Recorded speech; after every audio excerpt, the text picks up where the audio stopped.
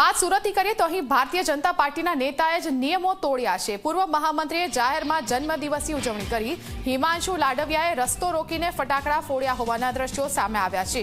ભાજપ નેતાએ રસ્તા પર મંડપ બાંધીને આખો તમાશો કર્યો હતો। જાહેર રોડ પર કેક કાપીને નિયમો નેવે મૂક્યા। પોલીસ કમિશનરના જાહેરનામાનો ખુલ્લેઆમ ભંગ કરવામાં આવ્યો। સવાલ એ થાય છે કે શું કાયદો અને નિયમો માત્ર સામાન્ય માણસો માટે જ છે? અને આ સવાલ એટલા માટે પૂછવો પડે છે કારણ કે અહીં ભાજપના નેતા હિમાંશુ લાડવિયાએ પોતાના જન્મદિવસ પર કાયદાને ખિસ્સામાં મૂકી દીધો। રસ્તાની વચ્ચે મંડપ અને ધૂમ ધડાકા સાથે ફટાકડા અને જાહેર રોડ પર કેક કાપીને આખો મોટો તમાશો કરવામાં આવ્યો। પોલીસ કમિશનરના જાહેરનામાનો સરેઆમ ભંગ થયો છતાં નેતાજી તો બેફિકર રહ્યા હતા।